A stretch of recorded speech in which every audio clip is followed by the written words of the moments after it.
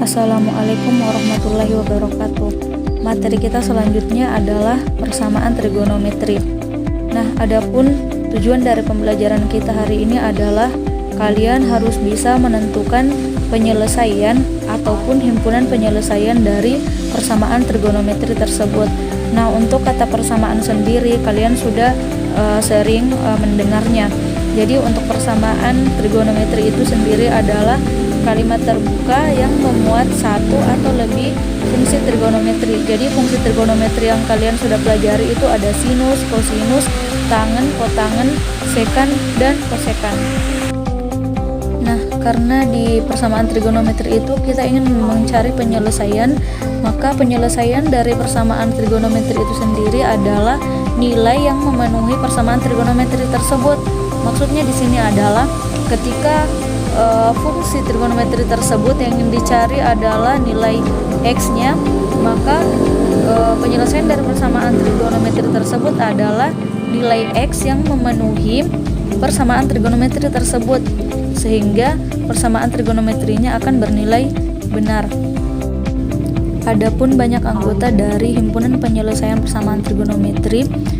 Yang pertama adalah memiliki satu penyelesaian, yang kedua tidak ada penyelesaian atau kosong, dan yang ketiga adalah lebih dari satu atau banyak penyelesaiannya.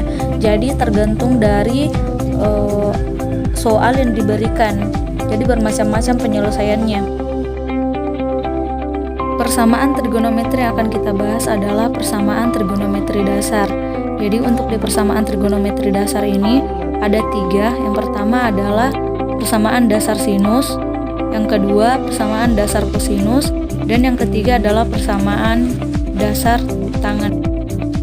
Ketiga persamaan dasar tersebut masing-masing memiliki rumus tersendiri dan dalam dua pengukuran, yaitu pengukuran radian dan pengukuran derajat. Jadi tergantung pada soal yang diberikan, tergantung dari interval soalnya, kapan menggunakan radian dan kapan menggunakan derajat. Jadi kalian harus tahu betul rumus untuk persamaan trigonometri dasar tersebut. Agar kalian lebih memahami tentang penyelesaian dari persamaan trigonometri dasar, maka silahkan kalian simak contoh berikut. Nah, di sini sudah ada contoh soalnya. Tentukan himpunan penyelesaian dari persamaan trigonometri berikut. Jadi di sini ada 3 contoh soal dan ada 3 persamaan trigonometri, yaitu cos, tan, dan sinus. Kemudian di sini sudah ada intervalnya.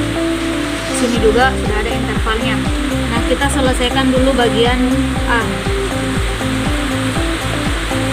Untuk bagian A, cos X sama dengan cos 14 derajat. Jadi yang pertama kita lihat dulu di ruas kiri itu sudah sama dengan di ruas kanan, sudah ada masing-masing trigonometrinya. Cos berarti ini bisa tercoret, sisa X sama dengan 14 derajat ditambahkan dengan K dikali 360 derajat. Nah, kenapa bisa seperti ini? Dari rumus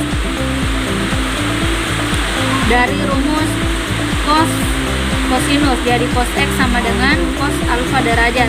Di sini plus minus artinya satu yang plus, kemudian satunya lagi negatif. Nah, di sini X sama dengan 14 derajat ditambah K dikali 360 atau X sama dengan negatif 14 derajat ditambah K dikali 360 derajat. Nah, di sini negatif 14 ini alfanya ya, jadi dari sini. Nah, sekarang K itu kan dia adalah bilangan bulat. Nah, bilangan bulat di sini kan bisa negatif, bisa positif, dan bisa juga nol. Nah, kita ambil beberapa nilai K. Untuk K-nya sama dengan 0. Untuk K-nya dengan 0, maka untuk K-nya sama dengan 0, maka X-nya 14 derajat ditambah K-nya kita ganti dengan 0 dikali 360 derajat. Sini kan 0, 14 derajat ya.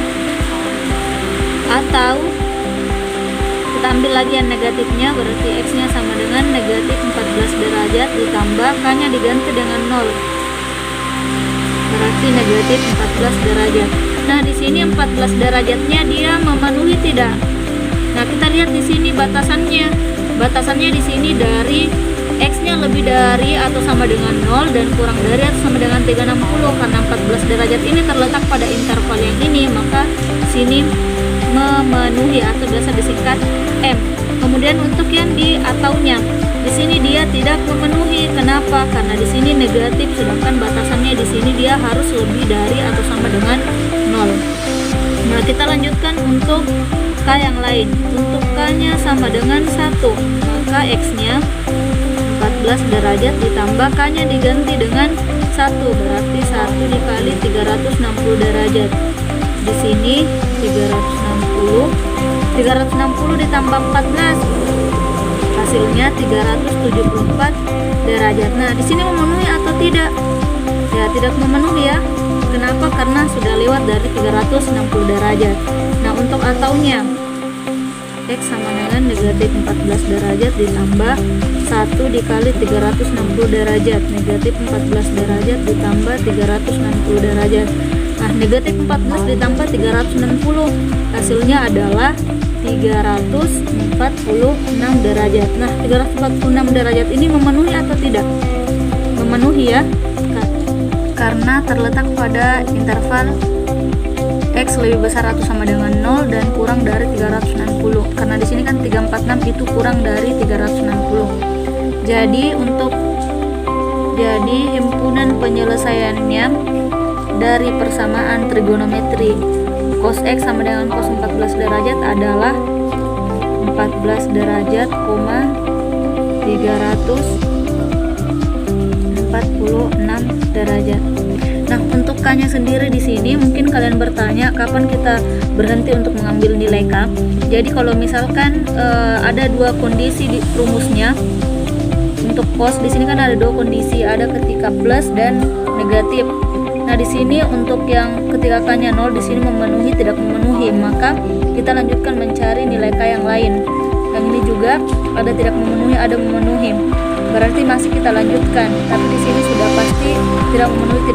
Kalau keduanya sudah tidak memenuhi, maka bisa dihentikan untuk mencari nilai K. Jadi himpunan penyelesaian yang sesuai adalah 14 derajat dan 346 derajat. Contoh soal yang kedua adalah tentukan penyelesaian dari tan 4x sama dengan tan 100 derajat. Di sini intervalnya dari x-nya lebih besar atau sama dengan 0 sampai 360 derajat. Nah, jadi tan 4x sama dengan tan 100 derajat. Nah, seperti yang kita ketahui di rumus tan, jadi kita gunakan rumus tan, yaitu tan x sama dengan tan alfa derajat. X sama dengan alfa derajat ditambah K dikali 180 derajat. Nah, kenapa kita menggunakan satuan derajat? Karena di intervalnya itu dia syaratnya gunakan satuan derajat. Nah, jadi di sini tan 4x sama dengan tan 100 derajat. Nah, ketika tannya sudah hilang, maka kita gunakan rumusnya. 4x sama dengan 100 derajat ditambah K dikali 180 derajat. Nah, di rumusnya itu kita mau mencari x-nya. Oleh karena itu kedua ruas dibagi dengan 4, berarti 100 derajat per 4 ditambah K dikali 180 derajat per 4. Jadi bukan cuma 180 derajatnya yang dibagi 4, tapi juga 100-nya. 100 dibagi 4, 25 derajat ditambah 180 dibagi 4, 45. Jadi 45, kemudian K dikali 45 derajat. Nah, yang ini yang kita uji untuk nilai K-nya. Pertama, untuk K-nya sama dengan 0, maka X-nya 25 derajat ditambah K-nya diganti dengan 0. Perhatikan 25 derajat. Untuk K-nya sama dengan 1, maka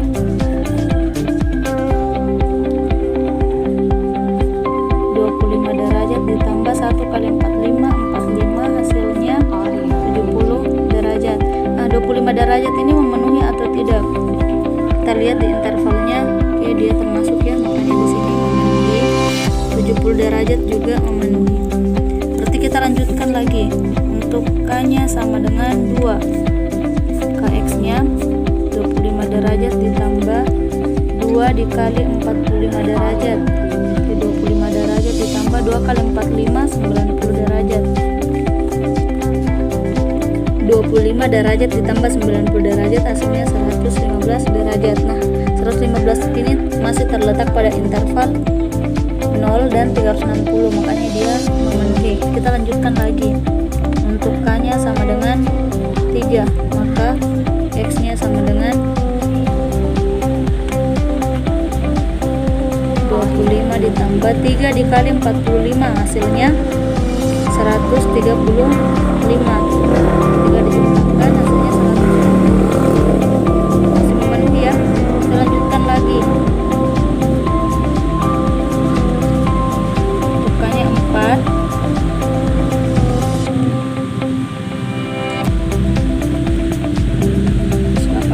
Berarti dia 205 derajat, masih memenuhi. Untuk K-nya sama dengan 5, X-nya sama dengan 25 derajat ditambah 5 dikali 45 derajat sama dengan 5 dikali 45, 225 derajat sama dengan ini hasilnya 250 derajat. Nah, 250 derajat ini masih terletak di interval sehingga ini masih memenuhi. K-nya sama dengan 6, maka X-nya 25 derajat ditambah 6 dikali 45 derajat. 6 dikali 45 derajat terus 70 derajat sehingga hasilnya adalah 295 derajat. Nah, ini masih memenuhi. Untuk K-nya sama dengan 7, maka X-nya sama dengan